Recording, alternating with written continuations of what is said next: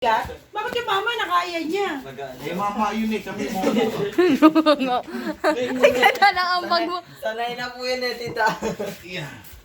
Yan ako ang pagbuhat. Kailangan mabilis. Saan, di Ang ba? ganda ng ambag mo ah. Sapat na sapat May ka na kumis sa na sa inyo. Wala po. Ganda Kunyari, ng ate, gaganyan. Meron nga. May ambag na gulong, yun. alam ko may gulong yan eh. Meron nga po. Ba't niya ba binubuhat? Yung iba po, wala. Kaso walang mags. Anong mugs? Hindi, Ay, ang urong dami pa. mags dun ah. Yung Hindi, urong ko dito. urong doon. Mag yun eh. Yan. Ito presyo mas maganda pag ano. Saan? Yung nakaharap dito? Opo, para pagpasok ko po. Ay, kaya pala eh. Ay, focus naman pala to eh. Yan, huwag masyadong idikit sa ano para hindi mag-init. Mag-iinit ang ulo ko. Ay, sabi ni Renzo. Basta punan nyo lang po maalis po. Kasi sabi ko, di ba kami nagkaan ng malamig na tubig? Umiwas kami. Di ko, Nasa halo yung sa saksakan. SKD.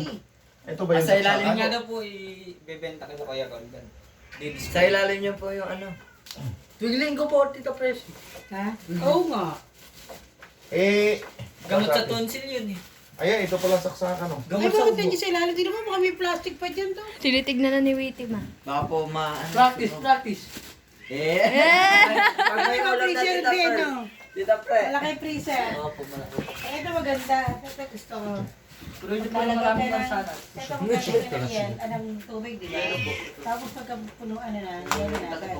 Hindi gagawin mo. Bababa na lang yung yelo. Hindi mo na kailangan buksan. Tapos dito na po, Oo.